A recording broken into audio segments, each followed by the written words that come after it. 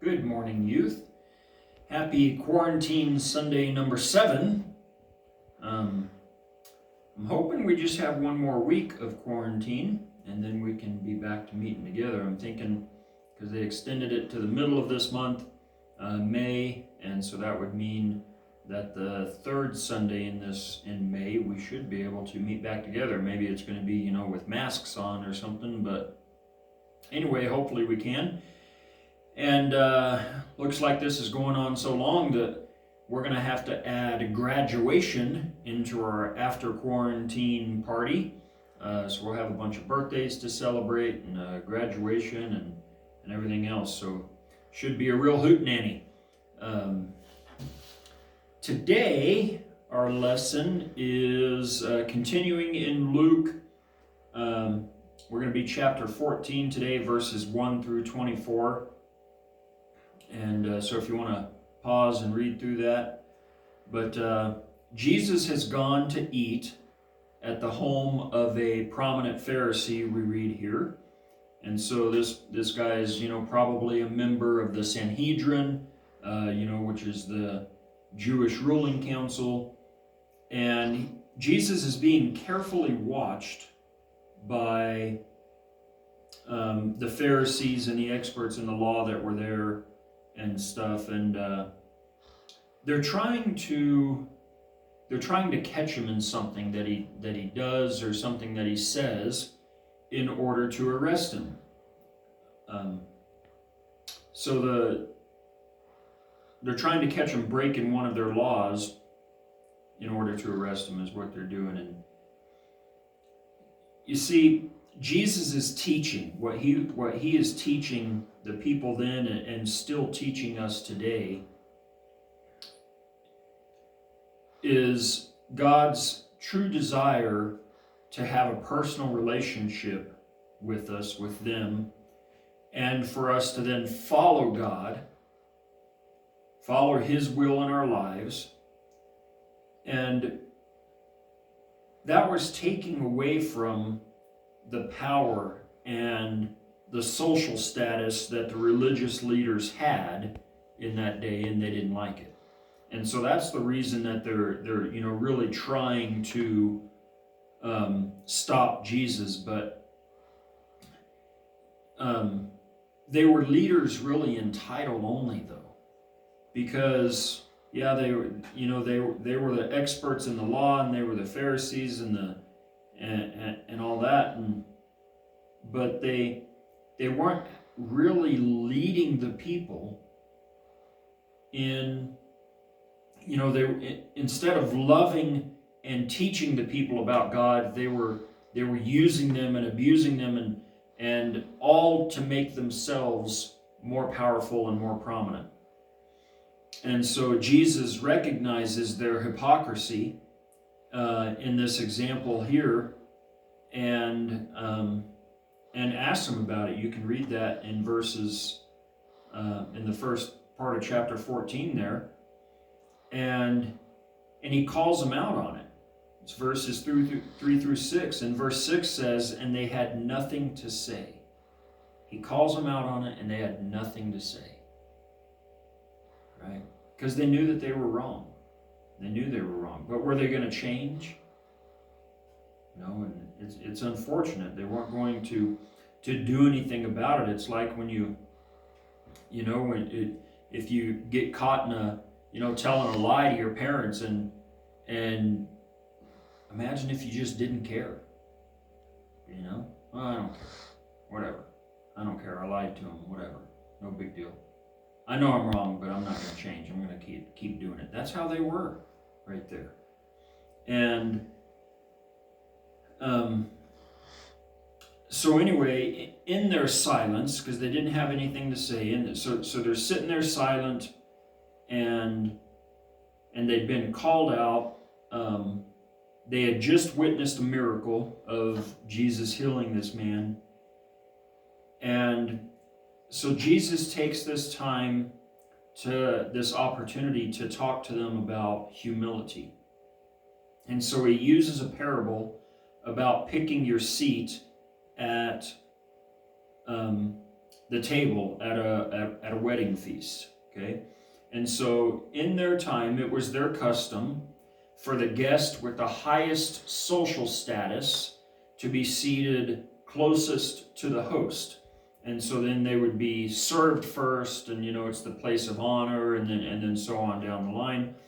And so when they would go to a feast, they would try to sit as close to the host as possible when they were picking their seat, and to show that they were important. And Jesus told them, that's not the way you want to do it.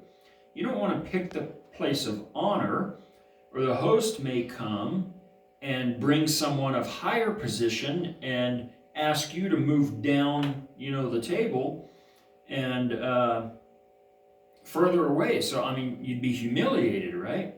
So Jesus tells them to go ahead and pick the seat far away.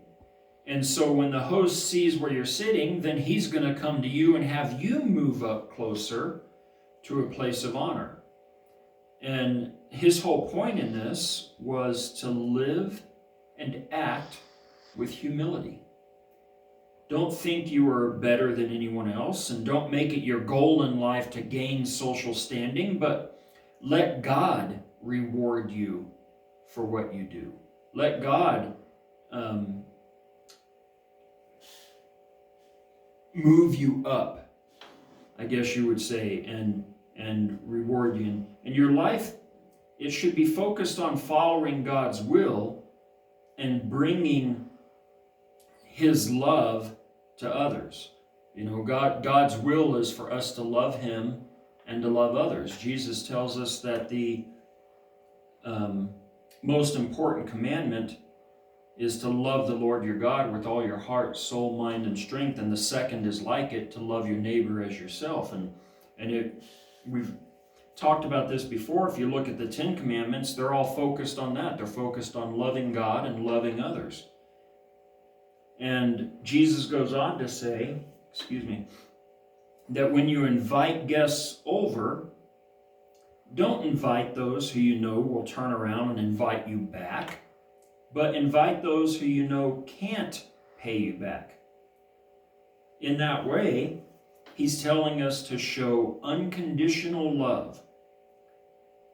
When you invite someone over who you know can't pay you back, that's showing them unconditional love. It's not based on the condition that they will be able to return an invitation to you, but it's based on the fact that you just love them and want them to come over and not expect anything in return. And so he tells them all this, and then in verse 15,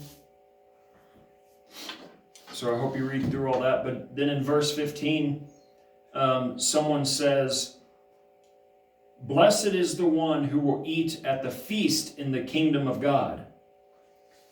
And of course, Jesus responds to this with an answer that tells us who will be invited to heaven. That's the feast in the kingdom of God is basically an invitation into heaven. Who's going to be invited? And this is important, so pay attention. Jesus takes this time to tell another parable about another man preparing a feast. And so this man invites a bunch of guests to his feast. Okay, so this is God. And he's prepared a place in heaven, and he invited his chosen people, beginning with Abraham, who was a righteous man who loved God, and all the way down, we read about all of God's chosen people all the way through the Old Testament. And now we're reading about how they have turned their religion into a bunch of rituals and rules so burdensome that the people couldn't possibly comply with them. And so these invited guests are finding excuses not to go to the feast. Okay? They're worried about their physical possessions rather than following God. And so one says, I need to go check on my field. And another one says, I need to go check on my animals. And another one says, I just got married. I need to stay with my family.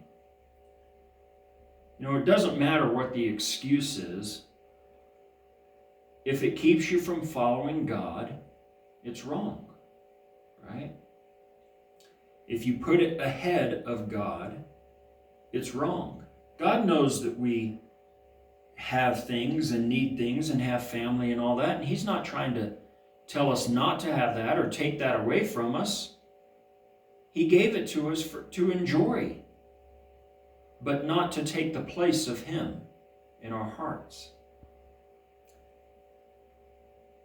And so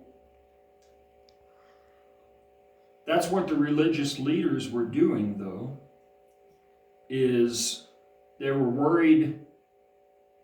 They were making excuses about their lives and possessions and status on earth instead of leading the people to God and teaching the people about God. So the guy throwing the feast says, fine. He tells his servants, fine, okay, they got excuses, they don't want to come, fine. Go get anyone else, everyone else, and invite them to come. He says, go out to the streets and alleys of the town and bring in the poor and the crippled and the blind and the lame. And the servant says, yeah, we've done that, but there's still room. And then he says, okay, fine, then go out to the roads and the country lanes and compel them to come in so that my house will be full. I tell you, not one of those who were invited will get a taste of my banquet. So God said, come. All are invited. All who choose to come can come. You don't have to be a religious leader. You don't have to be a president. You don't have to be a CEO. You don't have to even be a Sunday school teacher to be invited. Everyone is welcome, but not everyone is willing. So this week, go out.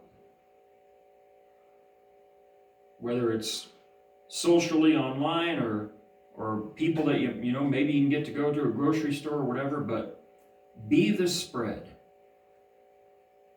Let everyone you meet know that they're invited to come to God. They've been invited to this feast. Have a good week.